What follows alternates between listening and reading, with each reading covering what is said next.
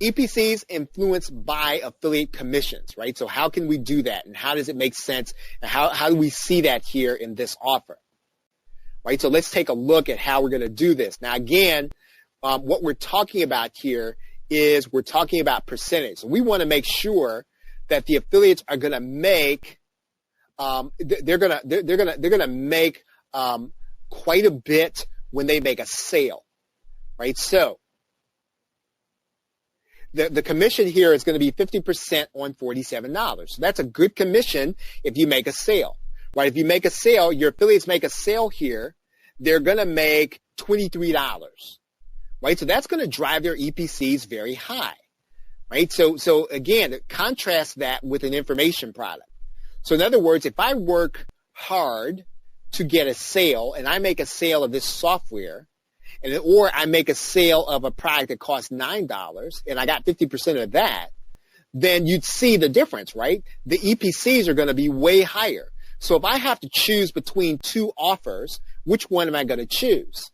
I'm going to choose the one with the higher EPCs, because if I have to work hard to get a sale, and every click is going to bring me $23 versus $4.50 or $9, I'm going to take the one that's going to give me $23. Does that make sense?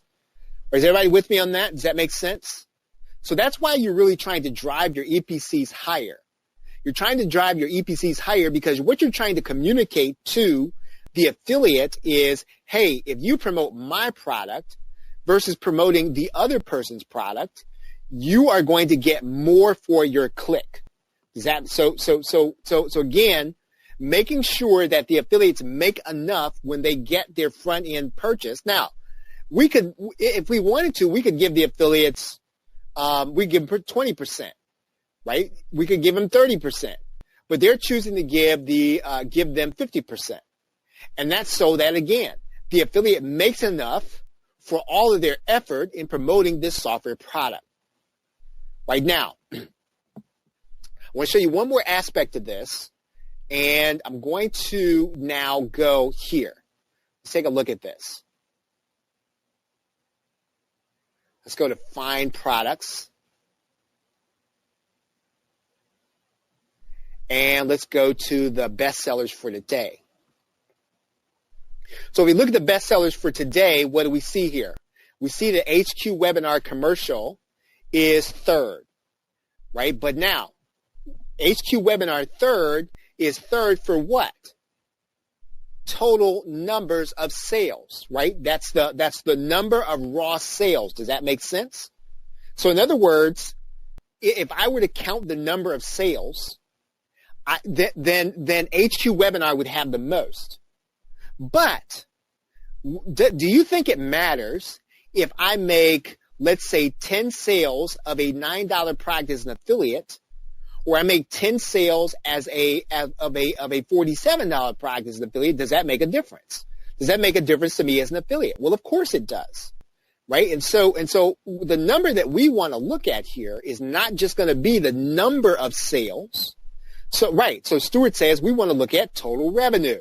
So let's take a look at total revenue. Now notice that HQ webinar is third here, but if we look at total revenue, right, what happens? Let's see what happens here.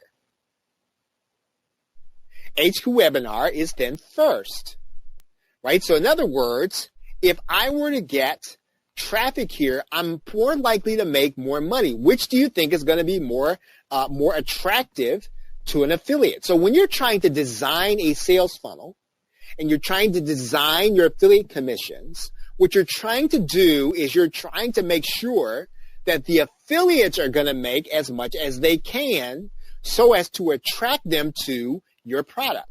Yeah, so Stuart says they're going to make more money for the same or less amount of work, right? So again, you are trying to influence your EPCs by making sure that your affiliates make a lot of money, right? Does that make sense?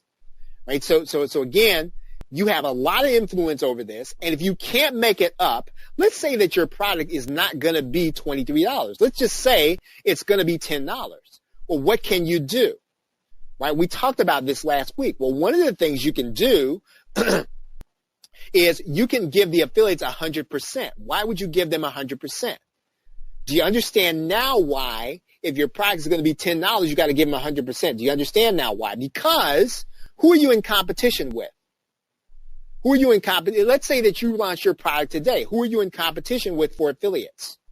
Who are affiliates trying to choose between?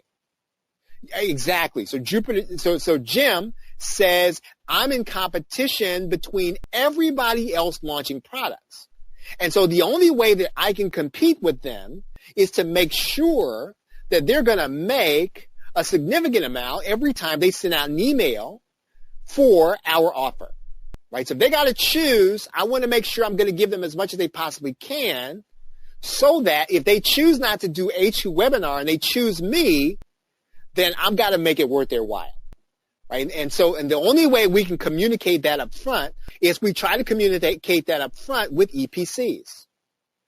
Let's take a look at Jai Sharma's email, right? So here's his email his update, right?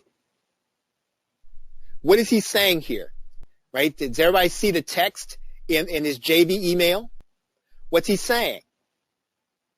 Does everybody see that? What does that say? It says EPCs are what? $17, right? $17. And so what he's basically saying is that if you're not promoting our product, you are missing out, my friend. That's what he's saying.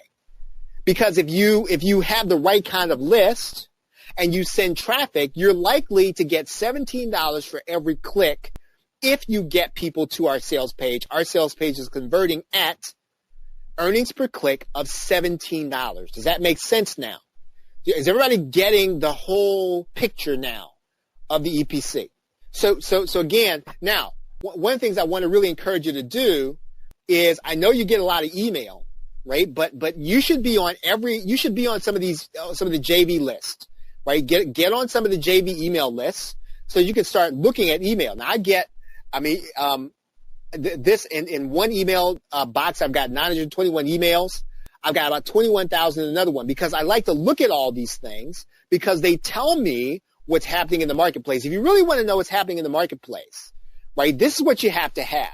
You need to have the JV email, and then you need to look at their email copy. We're going to talk about that here in a minute. But you've got to have both, and you really also have to have the emails from the affiliates, right? And we're going to show you that here in a minute.